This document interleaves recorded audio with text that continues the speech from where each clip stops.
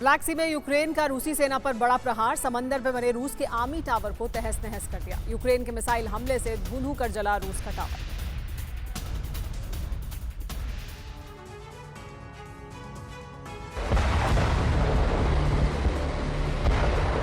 रूस यूक्रेन को चारों तरफ से घेर चुका है। रूसी सेना यूक्रेन को घुटनों पर लाने के दावे जरूर कर रही है, लेकिन यूक्रेन भी रूस के हमलों का घातक जवाब दे रहा है। यूक्रेन की सेना समंदर में आग उगल रही है। यूक्रेन की सेना ने ब्लैक सी में रूसी ठिकाने पर बड़ा हमला करने का दावा किया। यूक्रेन की सेना ने मिसाइल हमले करके ब्लैक सी में बने रूस के आर्मी टावर को तहस नहस कर दिया। यूक्रेन की मिसाइल स्ट्राइक के बाद रूसी सेना का समुद्री टावर धू-धू कर जलने लगा और थोड़ी ही देर में पूरी तरह से ध्वस्त हो गया।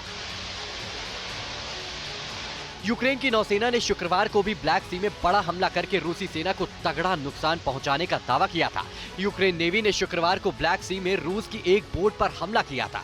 यूक्रेन की नौसेना ने दावा किया कि रूसी बोट का इस्तेमाल गोला बारूद और हथियारों के साथ सैनिकों को स्नेक आइलैंड पर पहुंचाने के लिए किया जा रहा था, जो मुख्य बंदरगाह ओडेसा के बाहर के समुद्री मार्गों की सुरक्षा के लिए महत्वपूर्ण है। हालांकि ये नहीं बताया गया कि इस हमले से रूसी सेना को कितना नुकसान पहुंचा।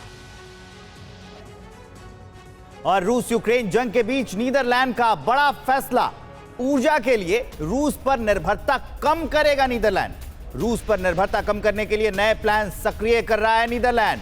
कोयले से चलने वाले बिजली संयंत्रों से उत्पादन पर कैप हटा देगा।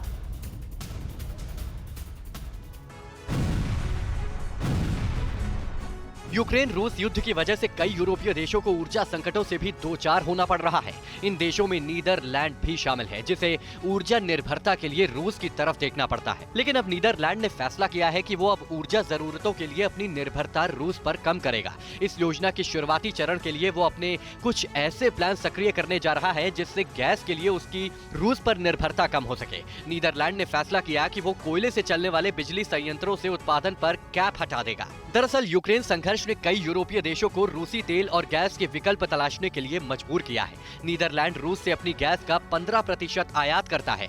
नीदरलैंड पहले से ही एलएनजी खरीद रहा है और गैस की खपत में कटौती कर रहा है, लेकिन फिर भी जानकार मानते हैं कि इस सर्दी में नीदरलैंड को गैस और कोयले की कमी का सामना करना पड़ सकता है। आपको बता दें कि यूरोपीय देश रूस पर प्रतिबंधों के तहत अगस्त से रूसी कोयला खरीदना बंद कर देंगे। इसके बाद यूरोप अपनी जरूरतों के लिए कोयला दक्षिण अफ्रीका और ऑस्ट्रेलिया से ले सकता है।